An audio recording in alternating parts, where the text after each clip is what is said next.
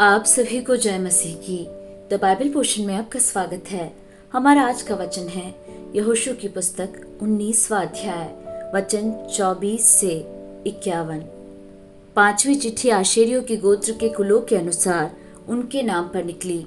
उनकी सीमा में हेलकत, हली, बेतेन, अक्षाप, अलामलेक, अमाद और मिशाल थे, और वह पश्चिम की ओर कारमेल तक और शीहोर लिब्नात तक पहुंची। फिर वह सूर्योदय की ओर मुड़कर बेत दागोन को गई और जबूलून के भाग तक और यिप्तहेल की तराई से उत्तर की ओर होकर बेतेमेक और नीएल तक पहुंची और उत्तर की ओर जाकर काबुल पर निकली। और वह एब्रोन, रहोब, हम्मोन और काना से होकर बड़े सीदोन को पहुंची। वहां से वह सीमा मुड़कर रामा से होते हुए सोर नामक गढ़ वाले नगर तक चली गई।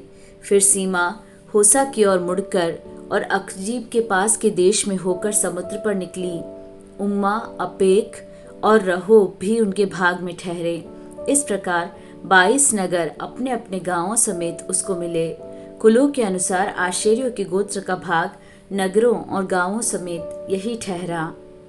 छठवीं चिट्ठी नप्तालियों के कुलों के अनुसार उनके नाम पर निकली, और उनकी सीमा हेलेब से और सानन्नीम के बांज वृक्ष से, अदामी नेकेब और यबनेल से होकर लक्कुम को जाकर यर्दन पर निकली।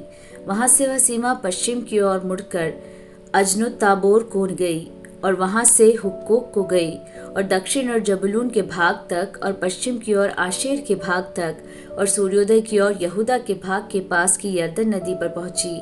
और उनके गढ़ वाले नगर ये हैं, अर्थात सिद्दीम, सेर, हम्मत, रक्कत, किन्नेरेत, अदामा, रामा, हासोर, केदेश, एद्रेई, एन्हासोर, येरोन, मिगदलेल, होरेम, बेतनान और बेत शेमेश। ये 19 नगर गांवों समेत उसको मिले।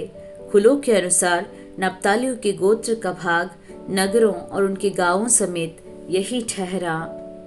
सातवीं चिट्ठी कुलों के अनुसार दानियों के गोत्र के नाम पर निकली, और उनके भाग की सीमा में Zorah, Eshtaol, Irshemesh, Shaalabbin, Aijalon, Ithlah, Elon, Timnah, Ekron, Eltekeh, Gibbethon, Baalath, Jehud, Bene Barack, गत्रिम्मोन, मेयरकोन और रक्कोन ठहरे। और यापो के सामने की सीमा भी उनकी थी, और दानियों का भाग इससे अधिक हो गया, अर्थात दानी लेशेम पर चढ़कर उससे लड़े और उसे लेकर तलवार से मार डाला और उसको अपने अधिकार में करके उसमें बस गए, और अपने मूल पुरुष के नाम पर लेशेम का नाम दान रखा।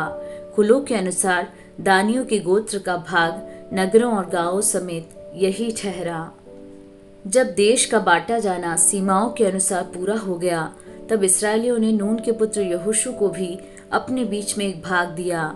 यहोवा के कहने के अनुसार उन्होंने उसको उसका मांगा हुआ नगर दिया।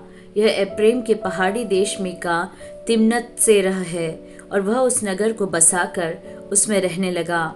जो जो भाग एलियाजर याजक और नून के पुत्र यहोशू और इस्राएलियों के गोत्रों के घरानों के पूर्वजों के मुख्य मुख्य पुरुषों ने शीलो में मिलाप वाले तंबू के द्वार पर यहोवा के सामने चिट्ठी डाल डाल के बांट दिए, वे यही हैं। इस प्रकार उन्होंने देश विभाजन का काम पूरा किया।